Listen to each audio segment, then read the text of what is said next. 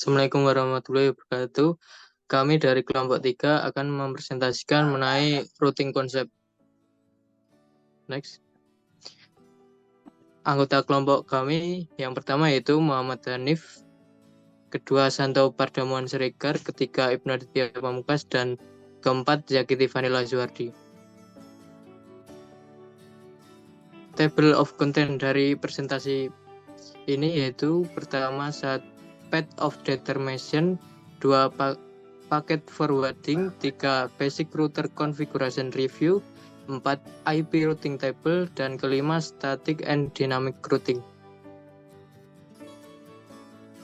Yang pertama yaitu path determination. Next. Path determination. Ketika router menerima paket IP pada satu antarmuka, ia menentukan antarmuka mana yang akan digunakan untuk meneruskan paket ke tujuan.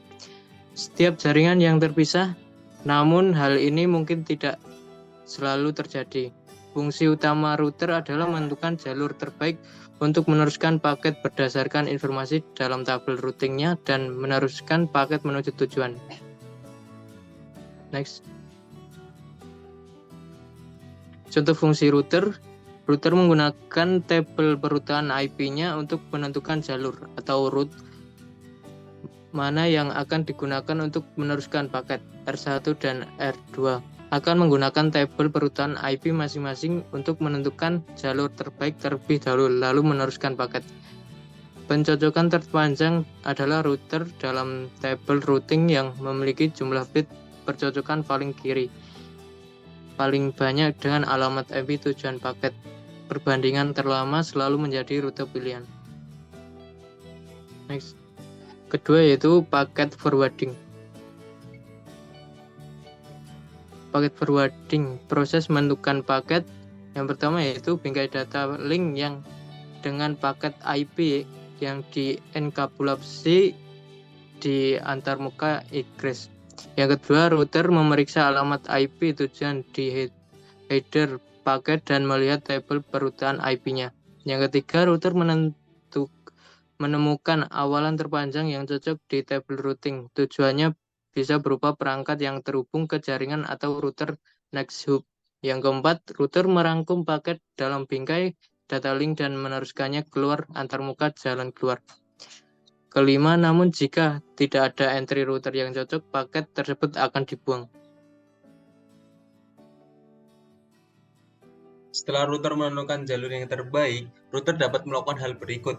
Yang pertama, meneruskan paket ke perangkat ke jaringan yang terhubung langsung. Yang kedua, jika entry tujuan menentukan bahwa antarmuka jalan keluar adalah jaringan yang terhubung langsung, paket dapat diteruskan langsung ke perangkat tujuan. Biasanya ini adalah LAN Ethernet. Untuk merangkum paket dalam frame Ethernet, router perlu menentukan meneruskan paket ke perangkat di jaringan yang terhubung langsung. Alamat MAC tujuan terkait dengan alamat IP tujuan paket. Proses bervariasi berdasarkan apakah paket tersebut merupakan paket IP4 atau IP6.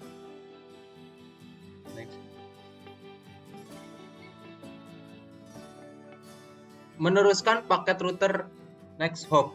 Jika entry router menunjukkan bahwa alamat IP tujuan berada pada jaringan jarak jauh, berarti perangkat pada jaringan tersebut tidak terhubung langsung. Paket harus diteruskan ke router hop berikutnya. Alamat hop berikutnya ditunjukkan dalam entry rute. Jika router penerus dan router hop berikutnya berada pada jaringan Ethernet, proses serupa ARP dan IPv6 network discovery akan terjadi untuk menentukan alamat MAC tujuan paket seperti yang dijelaskan sebelumnya. Perbedaannya adalah router akan mencari IP router next hop di dalam tabel ARP atau cache tetangganya, bukan di alamat IP tujuan paket. Mekanisme penerusan paket. Router mendukung 3 mekanisme penerusan paket berikut. 1. Processing switching. Yang kedua ada fast wait switching. Yang ketiga, Cisco Expert Forwarding atau CAE. Masuk ke table of content yang ketiga, yaitu Basic Router Configuration Review.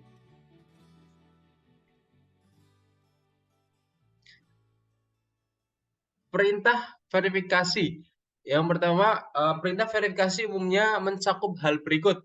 Show IP interface brief, show running configuration interface IP number, show interface, show IP interface, show IP root, lalu ada ping untuk mengetahui apakah PC itu terhubung dengan PC lain. Dalam setiap kasus, ubah IP v6 untuk perintah versi IPv6. Next. Filter perintah keluaran parameter pemfilteran yang dapat dikonfigurasi. Yang pertama section, yang kedua include, yang ketiga exclude, yang keempat ada begin.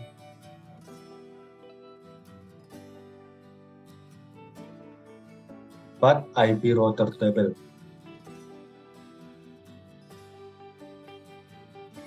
Sumber root.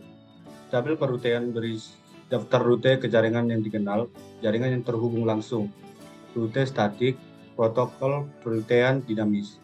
Prinsip tabel perrutean. Setiap router membuat keputusannya sendiri, berdasarkan informasi yang ada di tabel routingnya sendiri. Informasi dalam tabel routing dari satu router belum tentu cocok dengan tabel routing dari router lain. Informasi perrutean tentang suatu jalur tidak memberikan informasi perrutean kembali.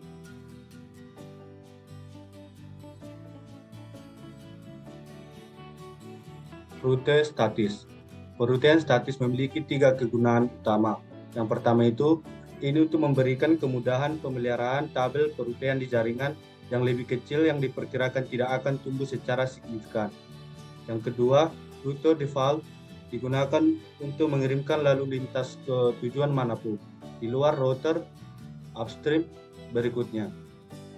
Terus yang ketiga itu jaringan stub, adalah jaringan yang diakses melalui satu rute dan router hanya memiliki satu tetangga. Protokol perrutean dinamis. Protokol perrutean dinamis digunakan oleh router untuk secara otomatis berbagi informasi tentang jangkauan dan status jaringan jarak jauh. Rute dinamis di tabel perrutean. Router menggunakan protokol dinamis seperti OSPF untuk berbagi informasi otomatis tentang jangkauan dan status jaringan jarak jauh. Entry OSPF ditandai dengan kode status high di tabel perrutean. Rute bawaan. Rute default menentukan router hop berikutnya yang akan digunakan ketika tabel routing tidak berisi rute spesifik yang cocok dengan alamat IP tujuan. Rute default dapat berupa rute statis atau dipelajari secara otomatis dari protokol perrutean dinamis. Struktur tabel perrutean IPv4. Yang pertama, entry yang menjorok ke dalam disebut rute anak. Entry root identitas jika merupakan subnet dari alamat kelas jaringan kelas A, B, atau C. Yang kedua, jaringan yang terhubung langsung akan selalu diidentifikasi karena alamat lokal antarmuka selalu dimasukkan dalam tabel routing sebagai per 32. 3. Rute anak yang akan menyertakan sumber rute dan semua informasi penerusan seperti alamat tujuan berikutnya. 4. Alamat jaringan berkelas subnet ini akan ditampilkan di atas entry root. Tidak terlalu menjorok ke dalam dan tanpa kode sumber. Rute tersebut dikenal dengan rute induk.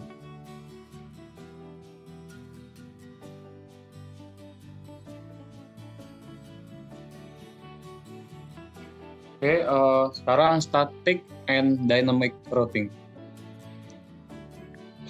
Static or dynamic tidak dapat dipisahkan, sebaliknya, sebagian besar jaringan menggunakan kombinasi protokol routing dinamis dan rute statis.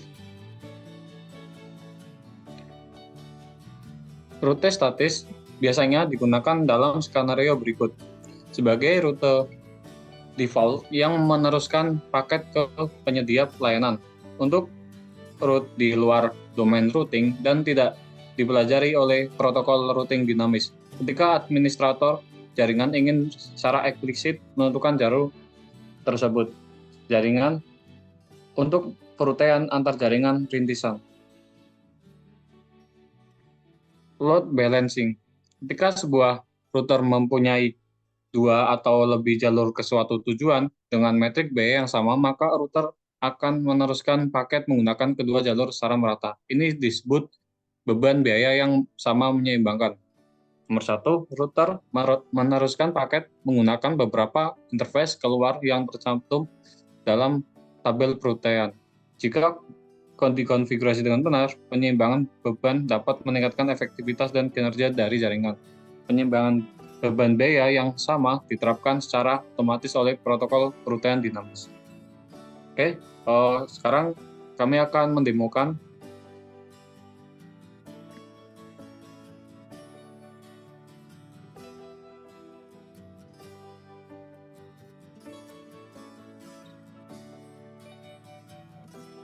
di sini kelompok kami menggunakan routing OSPF, di mana routing itu ada 2 yang kami ketahui, ada OSPF dan juga ada BGP. Nah, di sini kami menggunakan routing BGP. Routing yang kami gunakan adalah BGP. Jadi ini ada 2 PC, 2 switch dan juga 2 router. Nah, jadi BGP ini sesuai dengan AS, yaitu autonomous system. Misalkan nih di BGP yang di sini tuh, di router yang di sini itu adalah BGP 10, sedangkan yang di sini adalah BGP 20. Jadi kalau BGP itu harus beda, misalkan di sini 10, di sini 20 atau 30 gitu. Jadi tidak bisa untuk 10 dan juga 10. Jadi si BGP ini adalah sebuah routing dinamis yang menghubungkan berdasarkan jaringan AS-nya atau autonomous sistemnya. Misalkan nih, kita ping dari PC 1 ke PC 2.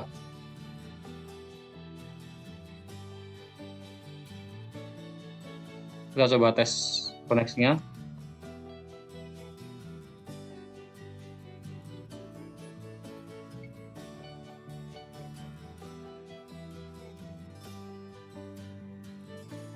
Oke, berhasil ya.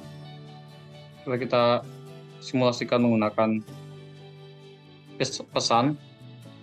Nah, ini sukses ya di sini statusnya. Nah, sekarang ini adalah konfigurasinya. Untuk router pertama, show IP route.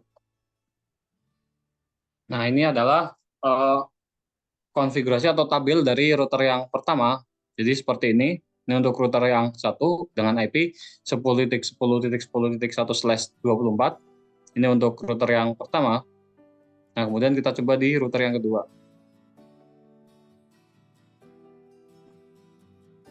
Sama perintahnya show IP route. Untuk menampilkan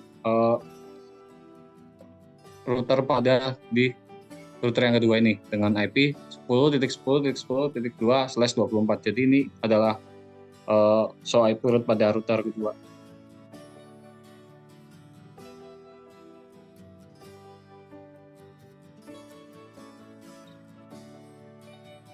Oke, mungkin itu saja dari kelompok kami. Kurang lebihnya mohon maaf. Assalamualaikum warahmatullahi wabarakatuh.